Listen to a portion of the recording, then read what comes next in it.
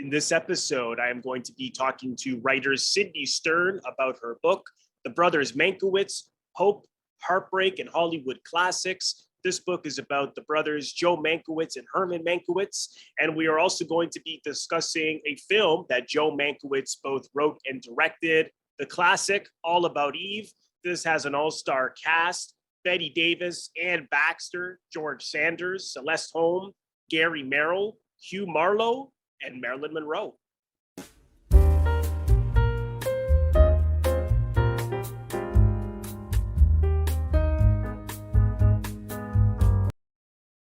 Welcome to Robert Bellissimo at the Movies. This is a YouTube video podcast where we explore movies from all over the world and talk about how those stories were told on film, as well as interview various professionals who work in film, television, and theater. I want to welcome today very special guest, Sydney Stern, who is a New York-based freelance writer who has contributed to the New York Times and many other publications. She is the co-author of Toyland, a high-stakes game of the toy industry, and Gloria Steinem, her passions, politics, and mystique. And her latest book, of course, which we're discussing today, is The Brothers Mankiewicz, Hope, Heartbreak, and Hollywood Classics. Sydney, welcome. Thanks so much for doing this. Thank you. It's good to be here. It's great to have you. I wanted to ask first, you worked in business and journalism and wrote a book on the toy industry and Gloria Steinem. And then this opportunity came. Were you a big film fan prior to researching these two men, the Mankiewicz brothers? Well, everybody loves movies, right? But I was not a knowledgeable fan. And in fact, my husband is, and he would always quiz me before the cast list and the production list came on when we'd watch old movies, and I'd fail all the quizzes. And now after researching this book, I passed some of the quizzes. Go, who's that? Who's that? Right. I love it. You said something interesting. You mentioned that you wanted to write about someone, or in this case, two men, people who were complicated and contradictory, like Gloria Steinem is. What is something? What's the most contradictory or complicated thing about these two that attracted you the most? Well, first of all, I thought they were both somewhat self-destructive, and they had many gifts, and they were always discontented. And although they made lasting contributions to the film world and to history, really film history, they never valued it enough. So they were kind of tortured, and that's interesting to write about, right? Why are they tortured, and what might have happened if they weren't, and so forth. What's so interesting about what Joe, for example, is, have you seen? No, of course you have, because you mentioned it in the book, that there's that documentary, I believe it's in Germany, with Joe, and I forget the French critic interviewing him. Michel Simon. Simon, that's right. And he said he honestly didn't think he was good enough to write for the theater. And I'm like, how could he have thought that? All of this that we're talking about today, which later got adapted into a musical, and I believe it's the film, just as a straight play, was done in England as well. I don't know if you knew that. Ivo van Hoven, I can't remember. It's like Ivo van Hoven just adapted it into a musical as well. Right. Yeah, and the Lauren Bacall applause. Yes. Right. I thought I saw Gillian Anderson do it or something. That's the musical. One. It was just before COVID, and I think it was to have been brought here. It was, but that got killed. I don't know whether it was or not. Well, first of all, to go back to when their dates are 1897 to 1953. That was Herman, Joe's older brother, and Joe was 1909 to 1993. So in the beginning of the 20th century, intellectuals and artists in the East, at least, did not respect the movies. Right. So to go out there, which Herman did first and then Joe followed, to write titles for the movies was a real come down. It was like writing comic book bubbles. So they did not respect the movies, even by the 20s, when Herman went out, well, Joe went out in 29, so they both went out in the 20s. Fine movies were being made. I mean, it's not as if there weren't good movies being made, but they did not respect the movies, and it was not fashionable among the writers and theater people to respect it, even though a lot of theater was silly. It wasn't exalted art either. Right. So that was partly generational, and then later Joe was obsessed with theater, did want to write for the theater, but by the time he got interviewed by Simone, that was post Cleopatra, and he was pretty much a broken man. So he had assumed he would write plays when he moved back to New York, when he was about 42, something like that. But he didn't, and he sort of lost his nerve. So the money was never as good. You know, right, it was hard of course. to write something that risky, and risk being crucified by the critics for very little money when he could make a couple of $100,000 doing a movie. So it was hard. That's interesting. So I imagine perhaps it was more psychological, just in the sense that they had this idea that the film was this low form of art, and theater was the high form, and they worked in film for so long that I suppose they just had that insecurity. No matter how well they did in film, it just wasn't going to be enough, which I find that really interesting, because you look at his films that are so dialogue heavy, they translate to the stage so well. You know, Letter to Three Wives and All About Eve, and I mean most of them, I would say. It's so that I find that I find that really interesting about both of them. I wanted to ask, because you said that you felt the sum of the two parts was more interesting than each individual story. Since there were biographies on both of them, how as a writer did you try to make your book different than what is already out there about them? Well, first of all, they had not had biographies by women. So I thought, okay, I'm going to bring this perspective to it. And one of the things that everybody said as I started researching was Pop, the influence of their father was the most important thing. And no one ever said anything about their mother. So I thought, good feminist that I am, I'm going to rescue the mother. I'm going to find out how important the mother is. And after I did the research, aside from her sense of humor, which Joe said was the source of his and Herman's senses of humor, it really was all about pop, pop, pop. And what I took away from that, this was my third book, and I guess I'm a slow learner, but I realized when you go into something new, all that sort of common wisdom has a kernel or a big whole cob of truth. So pay attention. And so it was my job to go deeper and understand more. But whatever everybody was saying was probably true. So Pop and his high standards was an important source of their discontent with what they'd done. He was an intellectual, he was a university professor, and he thought being an academic was the highest thing you could do to educate the young. So no matter how successful they were, they always felt they had disappointed their father. So that was interesting. And then, of course, the compare and contrast and the relation between the two of them was what I could bring to it, juxtapose the two. That's interesting. I find that relationship with their father so fascinating. It seemed to have hurt and affected Herman much more. I imagine, I'm speculating because he was the oldest. Maybe he got treated the hardest. As you said in the book, if he got 100, if he got 92 out of 100, his father would say, "Where are the other 8 marks? You know, well, how come it wasn't 100?" Whereas I think he was a little softer on Joe with the grades. But I find it fascinating that this led to him becoming self-destructive and, you know, in getting fired off of every studio in Hollywood, and the gambling and the drinking. But yet he went into psychoanalysis. He seemed to become aware of why he was so self-destructive, and yet he couldn't move on, change or move on. Was there any I mean, I know it's not simple to change. Was there any indication as to why he sort of, in a way, maybe gave up on that? Or I think it was just too late or too deep or whatever. I know it was very frustrating to watch. I mean, with all my subjects, I want to reach back in time and shake them and say, don't do that, don't do that. And I would say about Herman that when I started the book, I assumed he was a quintessential Hollywood screenwriter who'd been a journalist and went out to Hollywood and stayed for the money and hated himself for prostituting his talents and drank himself to death. But really, he was already an alcoholic and a ruinous gambler in New York when he was doing what he loved. So that was already part of Yeah. Herman. It really wasn't, Hollywood didn't ruin Herman. Herman ruined Herman. Right. Yeah. So it's just such a shame.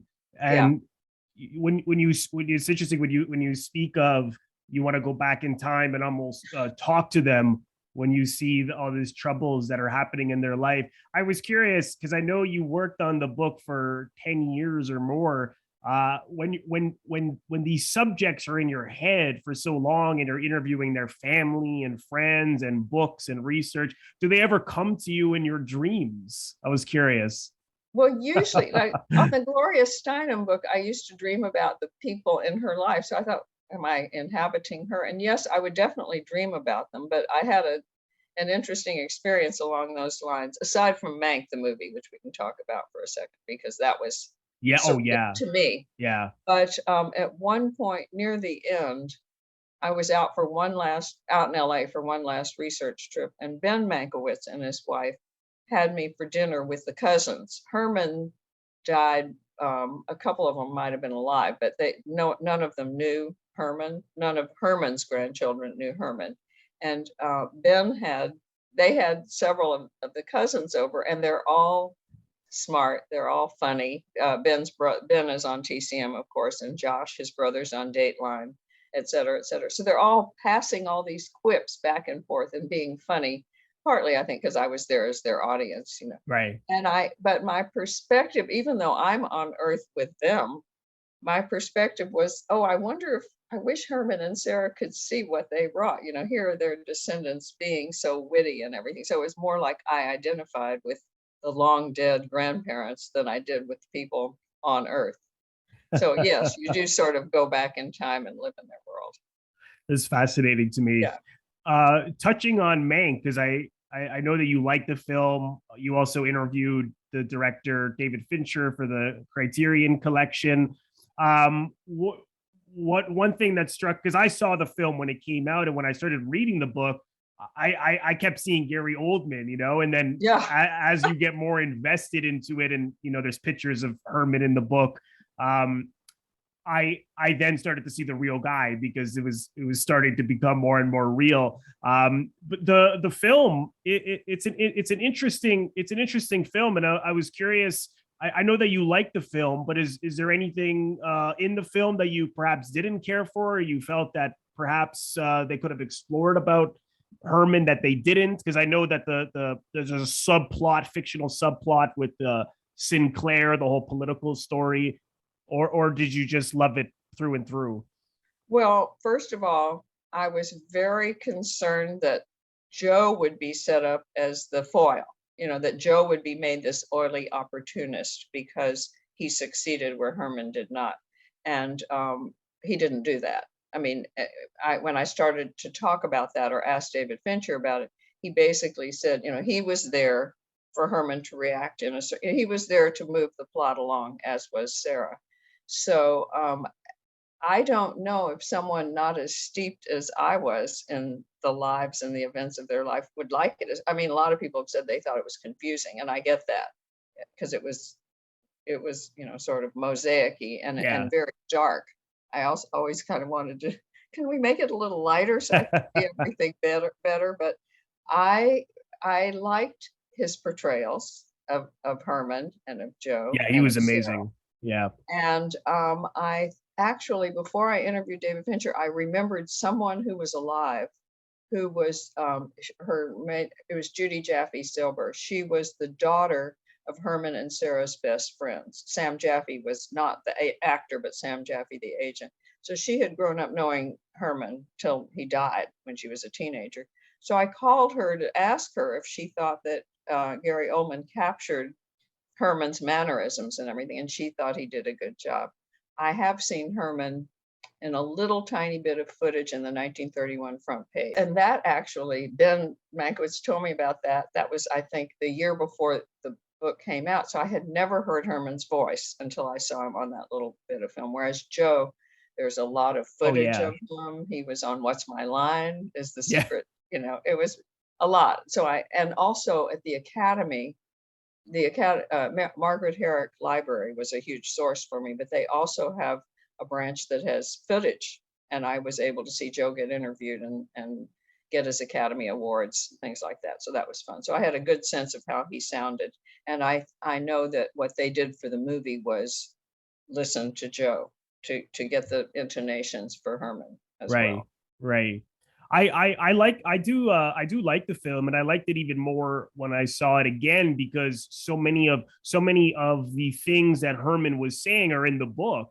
And Yeah, it was like the book coming alive. For yeah, example, someone asks him how's Sarah, and he goes, "Oh, you mean poor Sarah," which you mentioned in the book. He would always say about his wife, "Oh, you poor Sarah." And just the portrayal of everyone, but particularly Oldman as Mankiewicz is just stunning. I for me, I didn't quite care for the fictional subplot. I imagine that was a way to show why he had such disdain for Hollywood, and that's why he didn't care about his writing. I don't know what you felt. That was actually, it was weird because I said to David, I assumed the subplot was there for that to give Herman a motive for being so angry. yeah, yeah. That's what I thought. Gary Oldman said this other whole, I mean, excuse me, David Fincher explained a whole other reason for it being there, which really did. And his father had written that, and it didn't make sense to me. It was something about Herman had made that suggestion of, doing fake ads basically, and Right. didn't want his name on it. So then something comes along that he does want his name on, which, Yes. okay. You can think that if you want. That's not what really came through to me, and I don't think anybody else except David Fincher.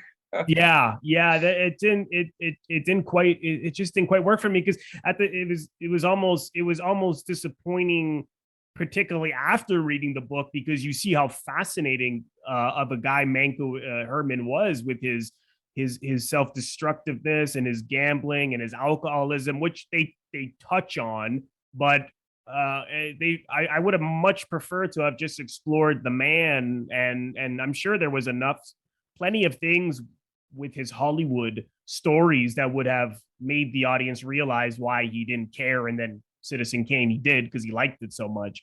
Right.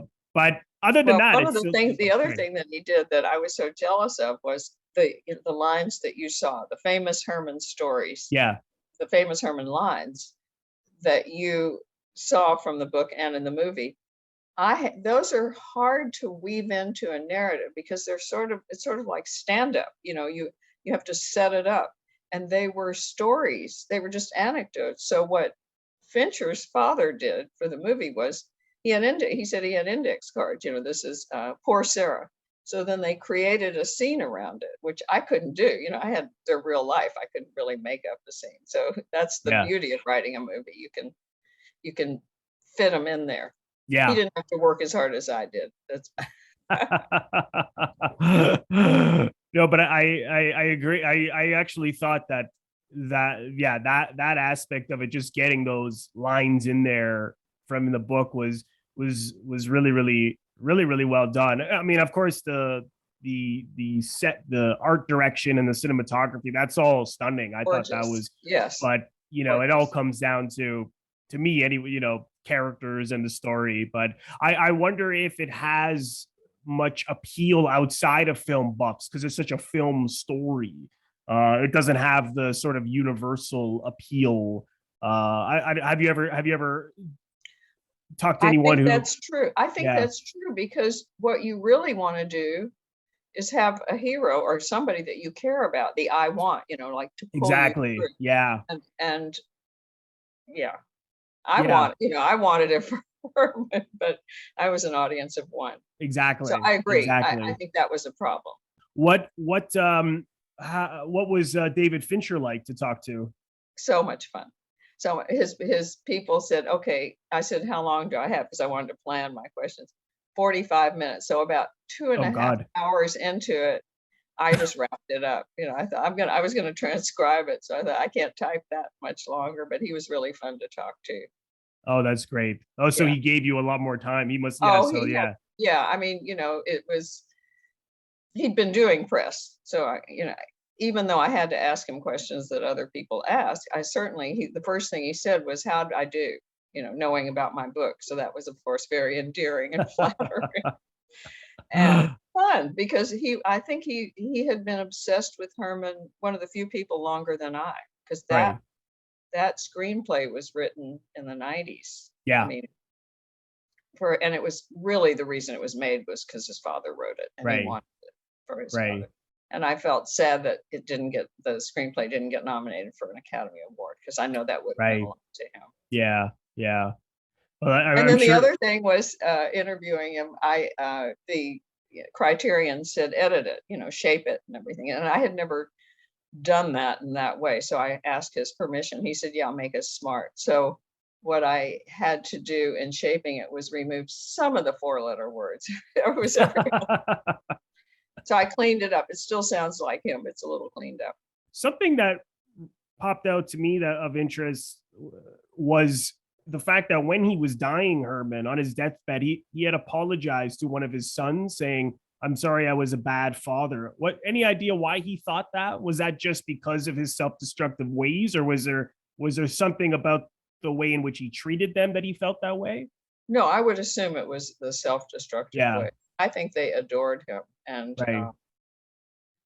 yeah, Yeah. yeah. I don't think he was abusive, although, being drunk and not functioning, and in those days he was the sole support. So periodically, Sarah, his wife, poor Sarah, would rent out their house and move them into a small apartment so they could live on the rent. So Mm. I don't know that Frank was still at home at that point. That was Frank, who was born in 1924. So he Right. was in his 20s. Right. Right. And what was it like to go on? Because I know you went on Turner Classic Movies on TCM when they were doing a lot of the Mankiewicz films. Was that a nerve-wracking experience, or what was that like? Josh asked me how I liked it. He's on TV all the time. I said, I loved being taken to the hotel. I loved having hair and makeup. I loved everything except having to get on TV and do it. Until It when was they say terrifying. action. Right. And we did, they had 7 movies. So we did 7 intros and outros. I didn't know that the part afterwards is called an outro. And Alex Mankiewicz, Joe's daughter, was up from Australia. So the 3 of us were on. And being me, of course, I did lengthy preparation and said all these possible things to do, but I never knew what was going to come at me. Right. So it was, yeah, it was terrifying. Well, I'm sure that helped so much so that when it did come up, you Yeah, were it was able fun. to. It was fun. And one of the funny things, I brought all these clothes down because you have to change and pretend, it's different nights, and changed glasses. So a couple of people said, "Where'd you get your glasses?" And I said, "Well, I had hoped to sell books, but maybe we should auction off my glasses. That would be fun too." I So that love was it. fun. That's great. No, that sounds like I'm quite envious of that. That's quite that sounds like quite an experience. Um, was it purely the personalities of these men that made you want to write a book about them, or was it also the films that they made? Oh, of course, the films. I mean, the 2 brothers each contributed an icon. Yeah. Citizen Kane and All About Eve are really iconic movies of the Hollywood studio system. So how did that happen? What was it about them? And I think accidental. There were a lot of smart people out there. It just sort of happened. But it was really, they were interesting, and they were very erudite and very well read. And Hermit was obsessed with politics and history. Joe was relatively ignorant about politics and history and counted on Herman through the anti-communist times and everything to give him guidance. Their father was very political too. And Herman loved literature. He had reviewed a lot of books and things like that. So Joe was much more a theatrical person, although Herman is the one who wrote plays that were actually produced on Broadway. They just were flops. Right. Right. When I was going through Herman's filmography, as you know, of course, I mean, most of them I hadn't even heard of because Right. they were, either not very good or he only was partially credited. But then, like, outside of Citizen Kane, like I had no idea he did the Marx Brothers, some Marx Brothers films, and Pride of the Yankees. Yes, I had no idea he wrote that, and I love that film. I So love that film. You can't, however many times I've watched it, I always cry, even yeah, though when Gary Cooper is the waiter, when they sort of go through his, after they do a little bit of a boy, that he's a waiter at Columbia, and he looks so old.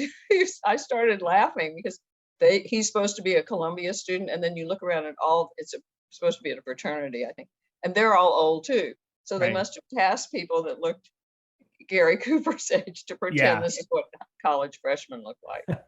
Yes, it's so touching. Yeah.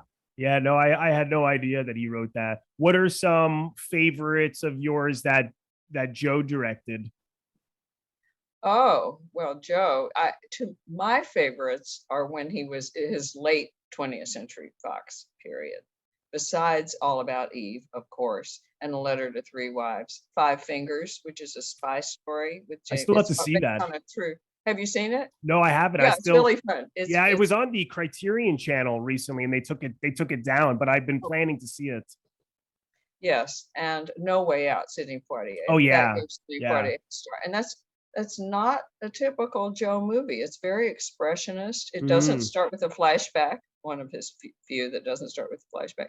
Even People Will Talk with Cary Grant. It's very talky. It was when he was very successful, and I think Zanuck indulged him and let him have talk too right. much. And Yeah. then he did a noir movie somewhere in the night that's totally confusing, like so many of them are. And so his Fox, and then the movies that he did later on when he left the studio.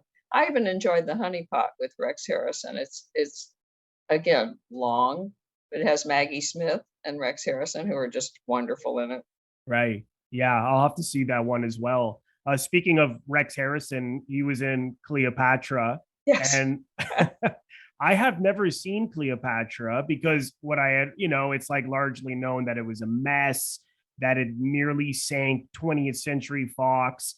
I That's really all I knew about it. And when I read your chapter on this film, I just couldn't believe the things that happened, the Elizabeth Taylor, the Right. suicide attempts, the I didn't realize that's where her and Burden the affair started. I didn't know Oh that yeah. between Oh yes.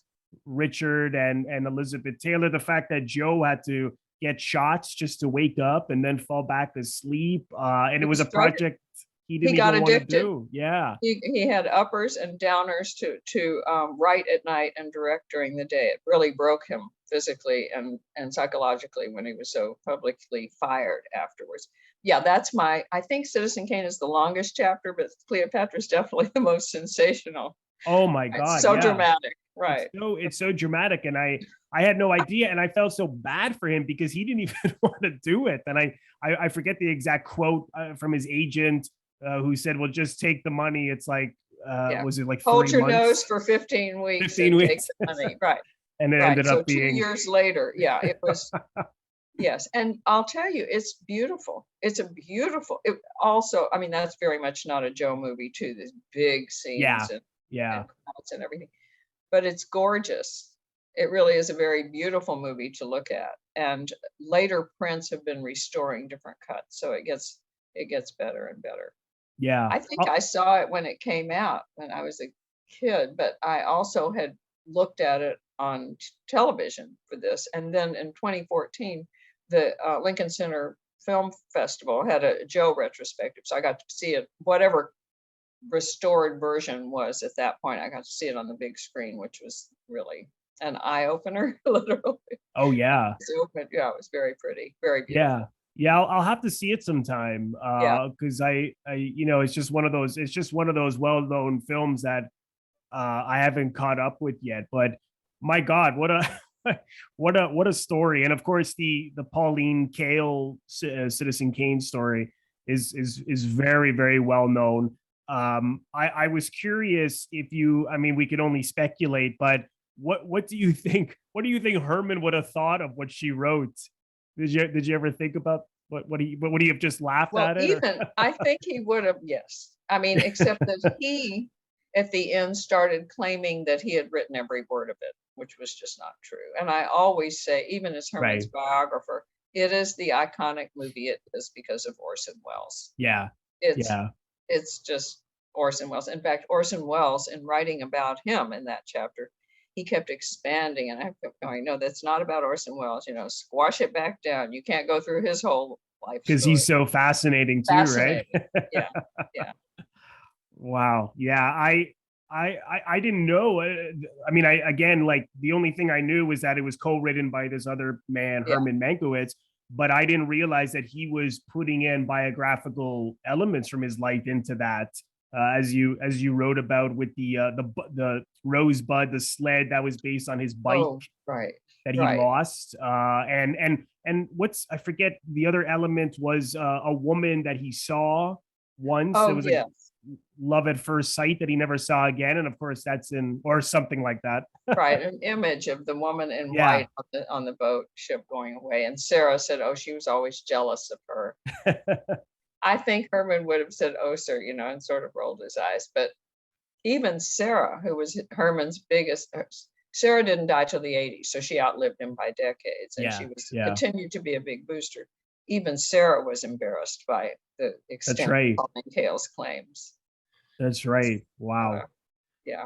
She had been mad at Joe because Joe had recently been featured in an interview by Andrew Sarris, and Sarah got mad because of Joe's reference to Herman's drinking, as if this were a secret. Right. And she felt Joe didn't give Herman enough credit in the article for Citizen Kane. So she wasn't speaking to him for a year while she was being interviewed by Pauline Kael. But after the pieces came out, she was so embarrassed, she made peace with Joe. Oh, well, who, by the way, was still supporting her when Herman died. A whole bunch of them had her sons, etc., got together and continued to support her for the rest of her life. The Secret Seraph Support Fund. Right.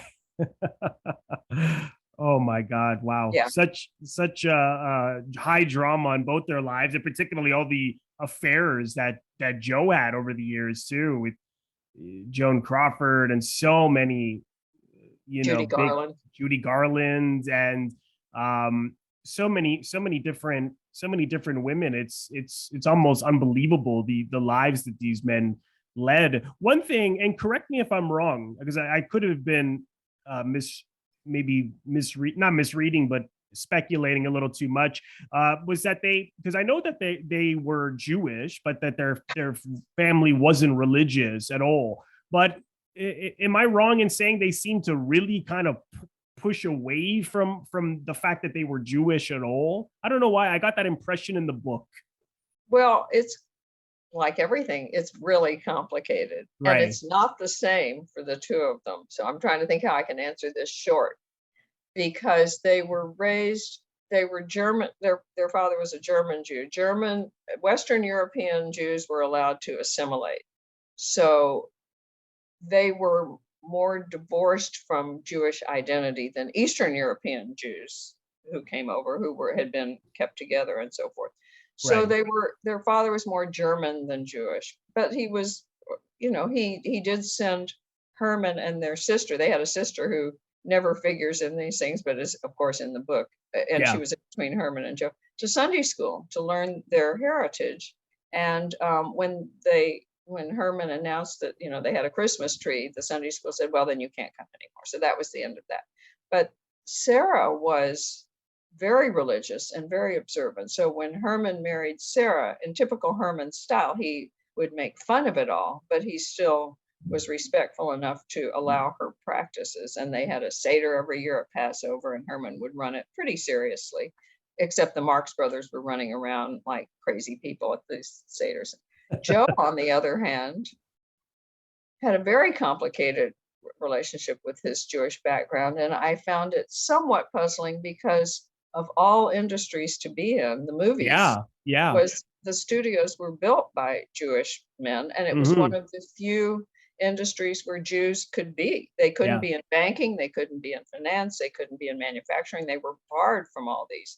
So here he was where it was okay to be Jewish, and he did not like that identity. And I speculate, I don't know if this is true, but I think it's partly true, that he didn't like being associated with producers who were Jewish and crass, and I don't know, it was everybody everybody knew he was Jewish, but Joe, to a certain extent.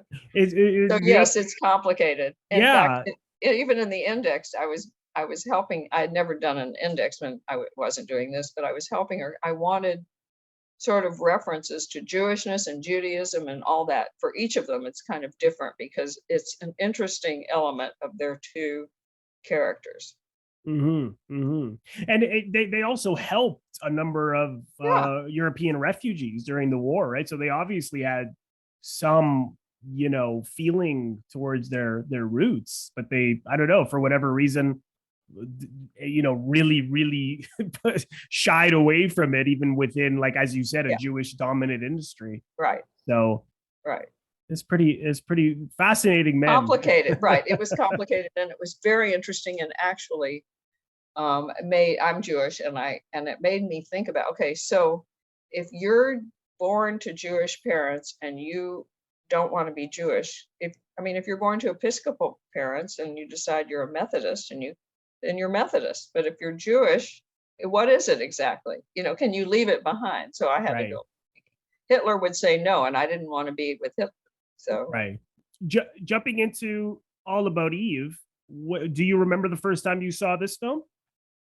No, I've seen it so many times. I could practically act it out. Yeah, I've seen it a number of times as well. What do you think the essence of the story is? What do you think? What does it mean to you?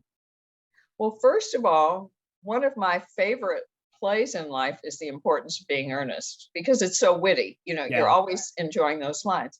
And The Importance of Being Eve, all about Eve is as witty, but the characters are real characters. They're not just mouthpieces for witty lines like in Oscar Wilde's. And so it's very much a touching drama and comedy that you follow, a comedy of manners.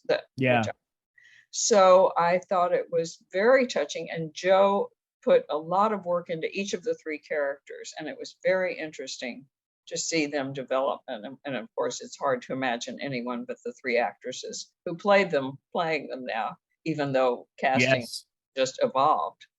So aging, etc. And Joe was proudest of Karen, the wife, Lloyd's wife, the wife too. And he wrote a lot about that plight of a wife, of somebody in this kind of business being powerless as her husband is surrounded by, aspiring, gorgeous women and a new crop all the time, even though his wife at the time was in that plight, and it didn't stop him from having affairs and treating her horribly and everything. So he understood it. He just didn't change his behavior to adapt. Right. That's true. I didn't connect the two. He mentions that in the book. It's like the wife who was there for the struggling artists when they were struggling, and then when they became successful, they feel now that they have no place, that they're, and you saw that with Karen in the voiceover where she says, maybe he's too used to me now, and she feels like she was going to those rehearsals when Eve was playing Cora, then she eventually just stopped going because what am I doing here? I feel useless, as she said, which I found that really interesting as well about her. What I like so much about the film is this element of Bette Davis and her concern with the aging, with her aging, and he really goes deep into that. Like, you see the anxiety, and you see her anger, and you see her insecurities, and that she was drinking heavily at the party, the cocktail party that they throw, and I found that really appealing, and the fact that she also has a younger boyfriend, right? And so she's worried that he'll, right away he's going to Hollywood, and she says, right, don't meet too many young starlets or something along those lines. But he doesn't just kind of simplify it. Like, she's really struggling with that throughout the entire film, to the point where her boyfriend, played by Gary Merrill, has to like shake her on the bed, and at that when she finds out that Eve is going to be the understudy. I really appreciated that he didn't want to just make it easy on the audience. Like he makes it quite rough, but then yet funny at the same time. I mean, Right. it's like you said, like the lines are not just witty; they really inform who these people are psychologically. I had mentioned that when I had reviewed House of Strangers. Like it just seems like everything that these people say, even though it's funny, it just seems exactly what a person Yes. like that would say. So I don't know where he got it, but then it has a poetic feel too at times. You know, like when Eve is telling that story about the theater that she was involved in at home, and you know, because she was not happy, and she said it was like a drop of rain in the desert. I thought, what a great line.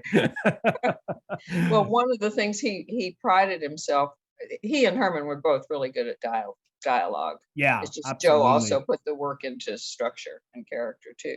But he took pride in being able to write dialogue for the character. Karen was a Radcliffe graduate, so Karen had a certain syntax and way of speaking that Margot Bertie Coonan, the maid, Thelma Ritter, Oh the yeah. dresser, I guess, was a vaudevillian. So she would have lines like, the dog's yapping at her rear end, which, by the way, I don't know what word he originally wanted, but the censors didn't want him to use rear. I don't know what they wanted Oh there, God. and so forth. And Margot was, very dramatic, and so yes, dialogue was his forte. Yeah. Yeah. No, him and Herman both were brilliant and with dialogue. And just as you mentioned, every character is so distinctive. But from that first scene in the dressing room backstage when Eve comes in, particularly it popped out to be the most between Thelma Ritter and Bette Davis was this sense of history in their relationship, like the banter back and forth. And you never felt that it was just out of cruelty and that she's this woman who works for her who's like being, you know, pushed around. You sense that they were friends, that they had a banter between them, that maybe there were certain things about each other that they couldn't stand, but that they really cared and loved for each other. That also comes down to just how good those actors are. I think where they were able to really make that life and that dialogue come alive so well. I just Well, thought it was he wrote breathtaking. Thelma Ritter's part for Thelma Ritter. He loved her. She was already in a letter to three wives, and That's right. so she was. I guess that's the one person who he wrote it with her in mind. And as you know, it was supposed to be Claudette Colbert. They had hired 20th Century Right. Fox had hired her to be Margot, and then she hurt her back That's making right.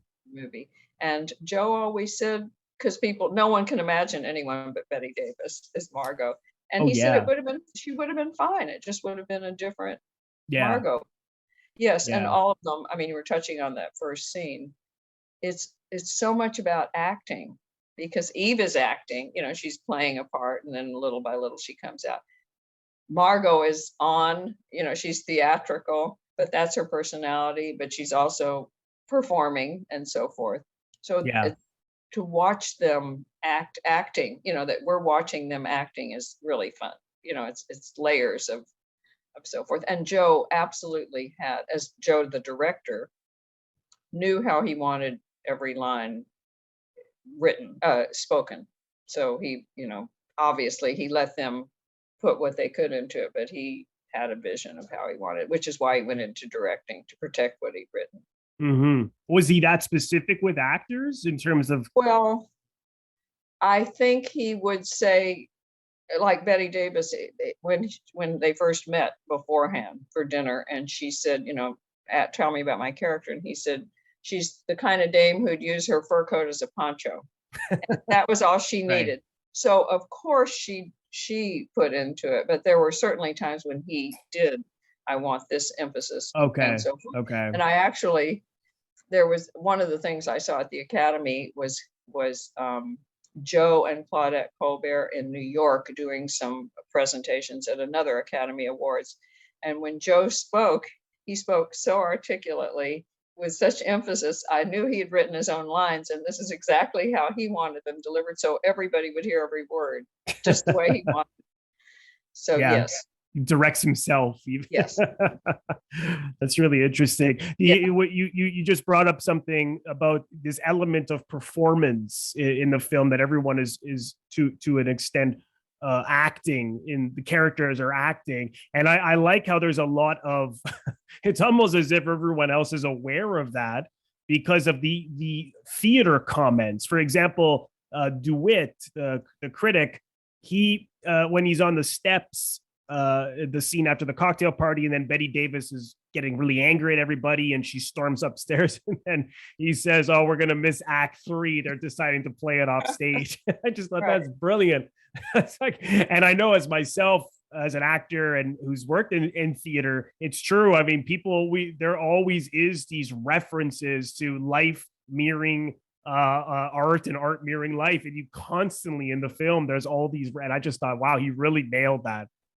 Well, first of all, Bette Davis thought her career was over. That's right. Yeah. And so she was rescued by this. She said he rescued it. Second of all, Bette Davis and Gary Merrill fell in love while That's making right. this. Yeah. And he was younger than she too. And Joe did make the director younger to make it even more complicated for her aging, to one more strike on aging. So they were both married to other people, but they had a mad affair during production and managed to get rid of their spouses and get married before the movie came out. They worked fast. And in fact, the marriage only lasted 10 years. And Bette Davis did say he married Margot Channing and he got Bette Davis. That's, so yeah, it's just very like, much yeah, life following art. which Yeah. is what she was saying in the book. Wow. I mean, Yeah. in the film. Wow, that's incredible. Eve. What's interesting with Eve, and I thought Anne Baxter was actually quite good. She almost felt like something out of a film noir, like a femme fatale type. This woman who's up to no good, and is calculated, doing all these, has these calculated moves.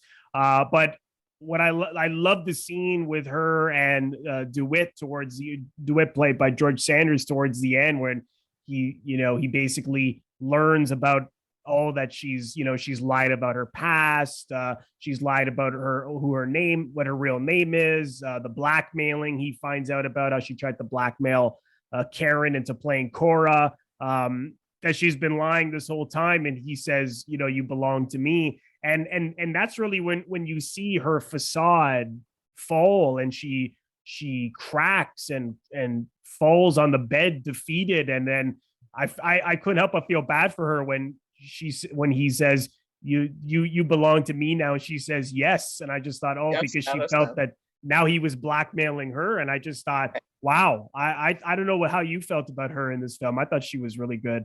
Oh, I thought she was wonderful. And her voice changes, everything changes. Yeah. And yeah. Interestingly, when I've listened to some of her interviews, Anne Baxter has kind of a breathy, actressy manner about her. And Zanuck they had publicly announced that Jean Crane was going to play that role. And Joe did not like Jean Crane as an actress. He had directed her in A Letter to Three Wives, and he thought she was too good. She was too calm. And it was that scene that in the New Haven hotel room where they were fighting killer to killer, champion to champion. It's a fabulous scene. And he felt wonderful. That was out of Jean Crane's range. And so he suggested Anne Baxter, who happened to be under contract, so it wasn't going to cost the studio anymore. And so Daryl Zanuck was amenable to that. But he also found, in directing that scene, Anne Baxter said, "I'm a horse that runs all out from the first try." So she was giving it her all as they were doing take after take. And George Sanders, who evidently was very lazy and liked to sleep in between when he was in a scene, was kind of lethargic, and Joe had to keep doing it over and over to get his energy level up. But yes, you see her broken in that scene. Yeah. And all the subsequent scenes with Eve, she's, like it's empty, it's over. And even though she's gotten everything she wants, you don't see her, she's not enjoying it. No, not at all. Which is the classic last scene, of course, with the young woman Phoebe, who's now another Eve, and that shot, that look in the mirror, of course, that last shot where you see a reflection of Phoebe Did you all like over the that? place. Some people think it's corny. I Some love it. people think it's, it was de trop, or as Celeste, as Karen said, de trop. No, I love it.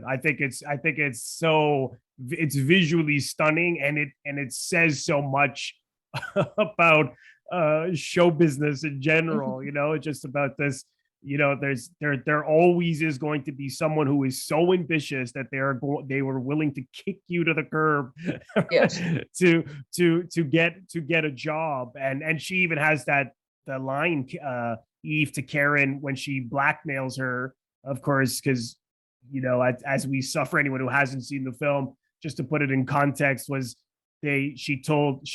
Karen called her and they worked out this plan to empty the gas out of the car when they went on this cottage weekend, so that Margot would miss the matinee, so that way Eve would go on. So she uses it to blackmail her into making sure she gets her husband to give her the role to play Cora. And that line that she has when I forget exactly what Karen says, but she says, how could you do this? And she goes, I would go a lot.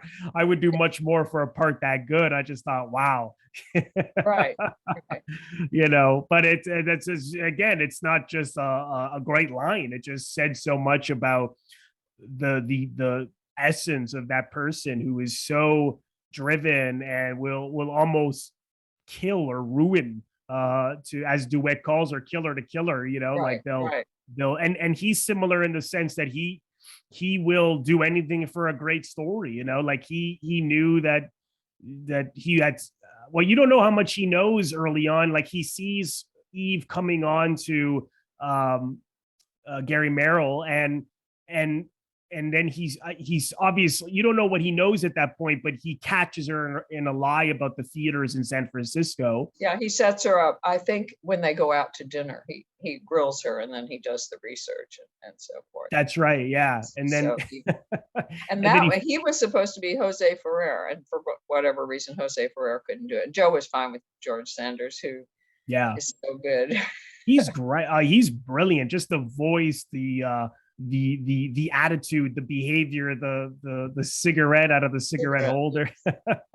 It's brilliant. I love the way he looked at Phoebe towards the end when he said, "What's your name?" And she looked down and said Phoebe, as if to say, and then he was kind of suspicious. And I think he probably thought, you're lying. That's what I took from it anyways. Right, he did. She said, well, then that's what I call myself. So, it's clearly another Eve. Yeah. Like he was able to suss these people out because he probably could see them in himself, because he was, like I said, he was someone who you don't see him particularly close with anyone, any relation. Every relationship he has seems to be because that person's going to get something out of him, or vice versa. You see that when Marilyn Monroe character, she's there with him because there's going to be producers at the party. Well, and he's the Joe mouthpiece. Joe started with A Letter to Three Wives with the Kirk Douglas character, telling a lot of Joe's opinions. So he used Addison DeWitt, which is DeWitt, sort of like Mankiewicz, and Addison, the evil. Oh, right. He had fun, it was sort of Dickensian, all the names that he chose. But he talked about the theater. A lot of what Addison says, actually, a lot of what Gary Merrill also says when he gives Eve that lecture in the first time they meet about flea circus and all this is theater. That was very Joe, and Joe was always trying to write a book about the theater. He loved the theater. And by the way, in real life, people might be dramatic, but they're not quite that witty. And that, right. So it was a fantasy. It was always sort of a comedy of manners. It had that hyper reality or the hyper exaggerated element, but you don't mind because you do feel sympathy for the characters. It's fun. Oh no, absolutely. No, it's certainly heightened, and I think that's where great drama and comedy comes from. But as you said, the sympathy, I just wanted to read something he said in the book that I found really interesting about writing in general, because he said, if All About Eve were nothing more than a story about an ambitious young actress, an aging actress, and a woman married to a playwright, we would have on hand a highly esoteric film with a very special appeal and of dubious interest to the audiences of the world, but we were particularly careful in telling our story, never to let the external characteristics of our chief protagonists cover the universal applications of what they were as people, a young girl obsessed by ambition and a compulsion to realize that ambition, whatever the means and cost, a woman who is undergoing the most frightening transition in a woman's life from youth to middle age, with all of the anxiety and fear that accompanies it. And finally, the stay-at-home wife whose husband spends his professional life in contact with attractive young women, her realization that she may lose him at any time, her inability to combat her inevitable fate. Here we dealt with emotional stuff of which all women are made, and to which all women react and recognize, whether the symbols are actresses, nurses, queens, or whores. And he always was able to find these elements, whether it was a film noir or a melodrama or whatever, that spoke to everybody. So Yes. that's, I think, and I totally agree with him. I think that's what makes the best stories. What's interesting about what the passage you just wrote was that Joe wrote it in 1950. I mean, he had that consciousness about women and roles. And, I mean, Simone de Beauvoir famously said, women are not born, they're made. You know, the female has to adapt to cultural expectations of what a female is. Joe got all that. Even so, he felt women, if they didn't have a husband and children, were not fulfilled. You know, he has the Bette Davis character say that somewhat. And in 1972, when the women's movement was sort of raising consciousness and putting words around these theories, he wrote he had a long introduction. His screenplay for All About Eve was republished. So he was able to bring these concepts forward 20 something years later, and yet he didn't live it. Right. Yeah. It's like, it's almost as if he admired it and agreed with it, but he just couldn't do it himself, which He is, saw it, right? He saw it. Which is, that's, really fascinating, contradiction. I He like was that. so Sorry. insightful. Yeah. He was. Oh, and also, let me add one other thing Go ahead. that Baxter said. Women are like, in this interview, women are like glass. They can see it. You know, Joe can see us. Women are like glass to Joe. He can see our inside. So it would be hard to be involved with him romantically because he would know everything you wanted. So he really did observe all the time and so forth. So it was. I imagine that was also part of his appeal, that women felt that he could, because as you wrote in the book, women just fell in love with this guy. Yeah. Well, it's like, you know, transference. He was like, he was really interested in their thinking and getting to know them. And, you know, how it's like spilling your guts out to a psychiatrist and having him say, "Oh God, I love you. You're exactly wonderful." Yeah. So, yeah. And he liked it too. He was the amateur therapist. Oh, yes, because he was, as you wrote in the book, he was really interested in psychoanalysis and Freud and things like that. Another thing he said about screenwriting, which I liked, is he wanted to have the audience included in having their various interpretations being more subjective as opposed to feeding them all the answers. And one element in this film that I hadn't thought of before, and I'm not sure if this was something you thought of, was that once Margot decides not to play Cora, and at this point, this whole story came out that Eve had trashed her in the press and everything.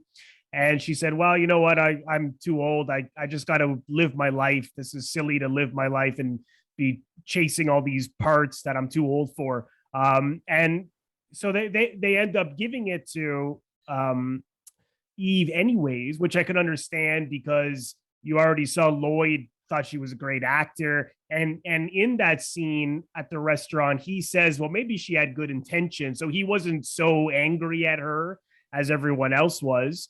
But then this whole, it suggested that perhaps there was an affair between them, but you're not so totally sure. Yeah. Oh, no, I absolutely feel. And interestingly, the story on which it was a magazine story originally. That's right. Yeah. In the magazine story, Eve and Lloyd run away together. Oh, he really? Divorces Karen. Yeah. Well, the Karen figure. And so Joe created Addison and he created Bertie. I mean, there might have been a maid, but you know, he created that whole character. So he made it more complicated in that way. I think we're absolutely meant to think that Lloyd is the only one with blinders on at that point. The Yeah. other three, Yeah. each one has a scene where they see Eve. I mean, the scene when Bette Davis is in bed having her breakfast and kind of quizzing Thelma Ritter, and then Eve comes in and silkenly, you know, sweet talks her, and then they look at each other with that Bette Davis and Thelma Ritter Oh look. yeah. Yeah. And when Celeste Holm, when Lloyd's saying, you know, I'm not making that much money, and it's a total non sequitur, and Celeste Holm, that's an interesting transition. So she's beginning to see That's right. evilness. Although again, it's when she and Eve, when Karen and Eve are in the restroom of the cup room, I guess they call it 21, Store Club or 21.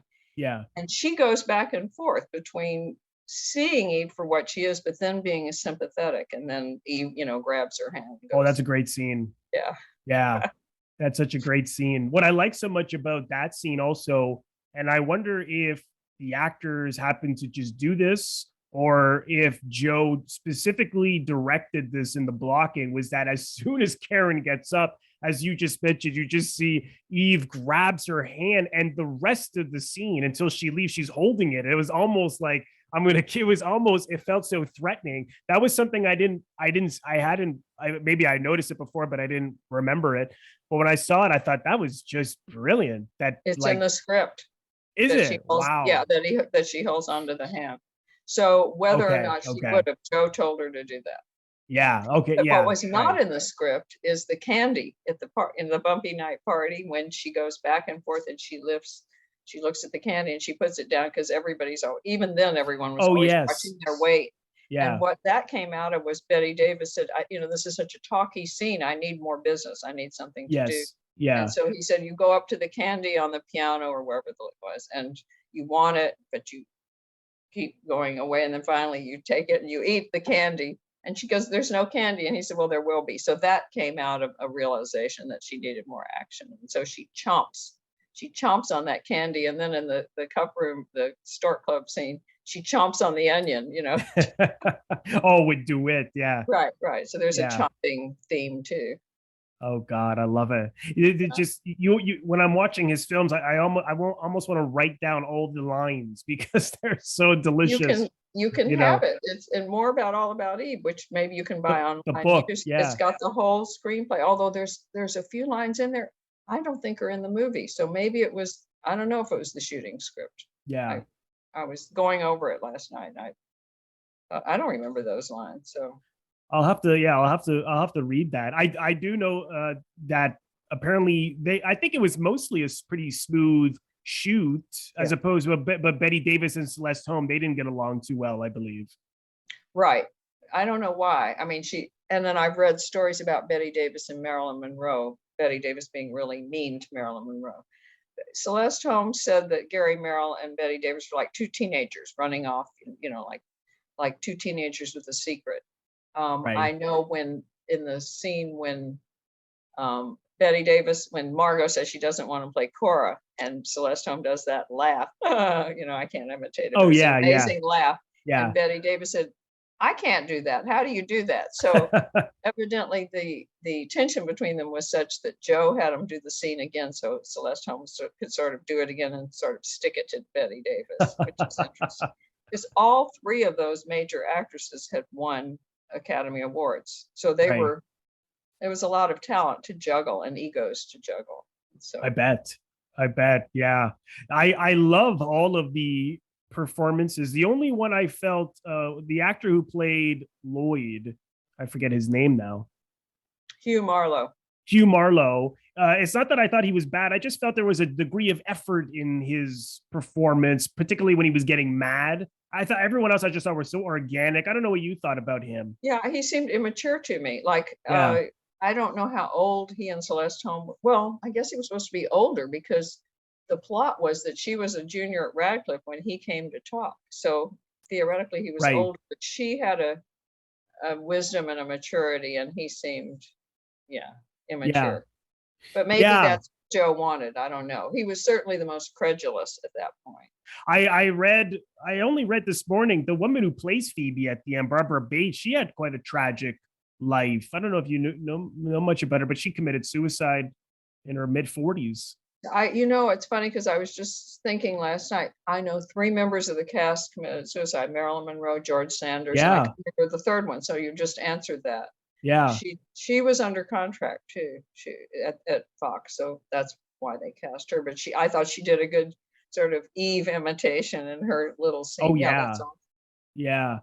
Her husband died of cancer, and apparently, but she had tried to commit suicide when he was sick, just because like this just really and I don't know if maybe she had some mental health issues, because apparently on set she was often a lot of erratic behavior and things like that. So I don't know, but I was just I didn't know anything about her, so I looked her up after watching the film, and I was like, oh God, like just so tragic. I couldn't help but feel. I mean, I love Marilyn. I love Marilyn in it, but I couldn't help but feel sorry for the character she plays, because I couldn't help but see Marilyn in her, like this woman that they're just sort of, who's sleeping around to get to the top because she feels that's all that she's like the bimbo. I was like, oh God, this poor woman. They just people were just not very fair to her, were they? Right. Typecasting, and I read that she was so nervous she was throwing up all the time, just like the character did. Yeah. But she did a good job, particularly when she goes to the audition and then she's throwing up in the washroom, just the way she stumbled out. Right. I thought she was quite good in it. But like I said, everyone is really, really remarkable in this film. I think it's such a treasure. I think it was Robert Osborne from TCM, his favorite film ever. Really? I didn't know that. Yeah. That's nice to hear. Yeah. Yeah, he had mentioned that in an interview. But I love it. Was there anything else about this film that you perhaps wanted to mention?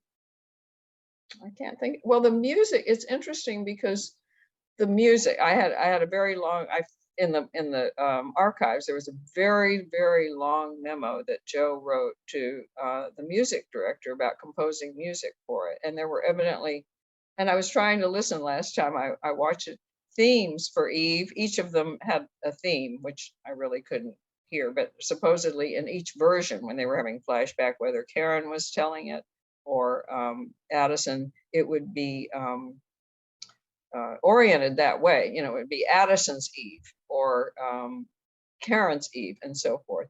And so that was an element that you're just being acted upon. You're not that conscious of necessarily. But at the party, when she wanted Liebestrom, when Margot kept saying, play it again, Joe said, don't just pick anything. When the pianist tries to play something else, pick something adult. So what he got was Stormy Weather, which was perfect. Right? Oh yeah, because then it doesn't. Gary Merrill says maybe we should play something a little happier. Yeah, where's the corpse? Yeah. Yeah, oh, that's I great. love the party scene. Yeah, did you have a favorite scene? I would be hard pressed to pick my favorite scene, but I suppose it's very different. There's so many. I mean, the two that for me really, when I think about this film, I think of is the scene where Margot shows up and she's 2 hours late to do the audition with Marilyn Monroe, and then she finds out that Eve is now the understudy, and she pretends that she isn't. I think that whole scene is wonderful with every character. She sweeps her coat across Max's face. Oh yeah, I forgot about that. Yeah, just the details, the way in which she tears into anyone. Lloyd runs off. She breaks down at the end. Everything, Gary Merrill feels defeated at one point. He just goes and lies down. It would be tough between that one and then the one between Eve and towards the end in the hotel with DeWitt. I think that scene is just a remarkable, beautifully acted, and just and so twisted and dark. Just when DeWitt says, I don't know why I want you. I think it's because you can't love anyone, and neither can I, and no one can love us either. He said something along those lines, and I just thought, wow, he finds her appealing because she's so empty. But those to me are the the greatest And when scenes. she says get out and he says you're too short for that gesture. Oh, right. I forgot about that. He hits her too in that scene. It was quite, Yes, I totally forgot about that right. when she laughed at him. That you really saw a menacing side all of a sudden. Because up until that point, I mean, yeah, you saw that he was, this witty, cynical critic up to no good. But then I thought, ooh, like he's got a dangerous quality, Right. which I found really appealing. But yeah, it's a wonderful, wonderful film. I know that it's on the Criterion Collection. You could get it on DVD or Blu-ray, but it's been out, on DVD or Blu-ray for a number of years. I don't think it's on any major streaming service right now, other than if people want to see it or watch it again, it's on YouTube. You can buy or rent it there. When is the paperback of your book out now? It's out. Yes, It is it out. is. Okay. Want me to hold it up? Sure. Yeah. Why not? Yes, I'm very pleased. Oh, They beautiful. did such a nice job. Yeah. Voila. That's great. So now, and I imagine either the hardcover or the soft cover, and it Or can be the found. audio. The audio. The audio as well. Yeah, that's That great. was just as seeing Mank was weird because they were saying lines that I'd heard them and seen them in my head for years. Hearing my words was weird. It was Oh, I bet. what they're coming from outside my head. It was a strange experience, a nice experience, but strange. Do you decide who gets to do that? Do you have to audition, or how does that work? Well, the producer sent me she sent me samples of, she said I hear it as a male storyteller, which was fine. It's about two men. And the samples she sent me were very prestigious narrators doing very prestigious biographies of people like presidents. And I said, they all sound so serious. This is about two guys with great senses of humor, and it's very much a New York kind of witty sort of story. And so my husband hasn't read a book with his eyes in decades. So I said, who are good narrators? So he did some research.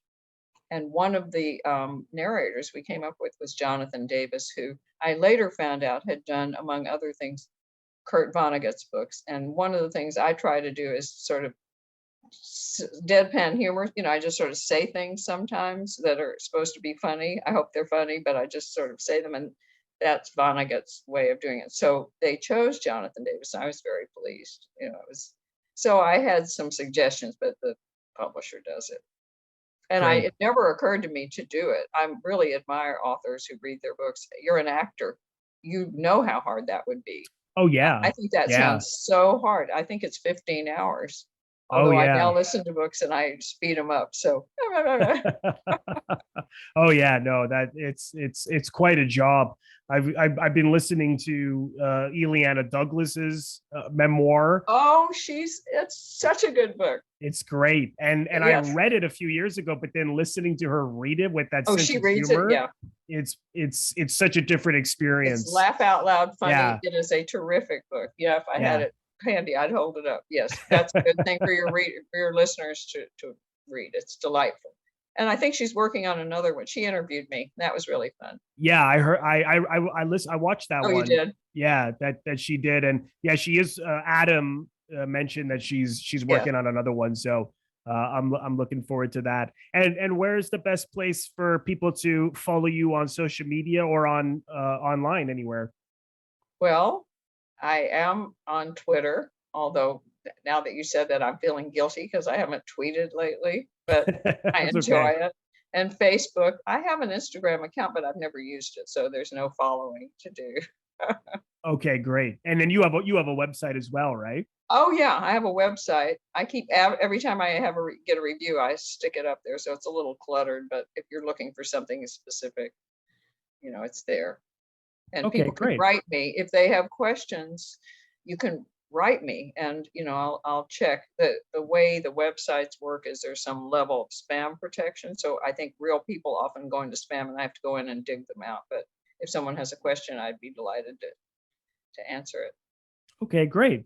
Well, I'll leave the link in the description box below for where people can get in touch with Sydney. And of course, I highly recommend the book. It's wonderful. Not only if you're a fan of Mankiewicz, Herman or Joe, but if you're a fan of classic Hollywood in general, because it's a really wonderful read of how that time developed and how all the writers came to be, and it's a fascinating book. So highly recommend it. Great material. Any writer will tell you the better the material, the better what you write can sound. Right? I had a lot to work with. Oh, absolutely. No, it's great. Well, thanks again, Sydney, for coming on. I really appreciate that you took the time to come on. Thanks, Robert. It was really fun. Wonderful chat. So please come again sometime. We'll do another Mankiewicz film. Thank you so much, everyone, for watching and or listening. If you are currently listening to this on the audio version of the podcast and you've run out of episodes to listen to, head over to the YouTube channel where every single episode that I've ever created can be found. youtube.com/Robert Bellissimo at the movies. I also want to thank all of my members on Patreon. If you're interested in becoming a member of my Patreon, head over to patreon.com/Robert Bellissimo at the movies for full details. Patreon is bonus content that I create month in and month out, and it is based on polls that I put out at the beginning of every single month, which you, of course, as a member, will have access to vote on. So if you're interested in becoming a member and supporting me on Patreon, head over to the link for full details. And lastly, if this is your first time here, please consider subscribing to my channel by pressing the Robert Bellissimo at the Movies logo. You will see it floating above my head in the top left corner to your top left in just a second. Just click on that and then click the bell in order to get a notification every time I release one of my new episodes or when I go live. Thank you so much, everyone. I will see you in the next episode.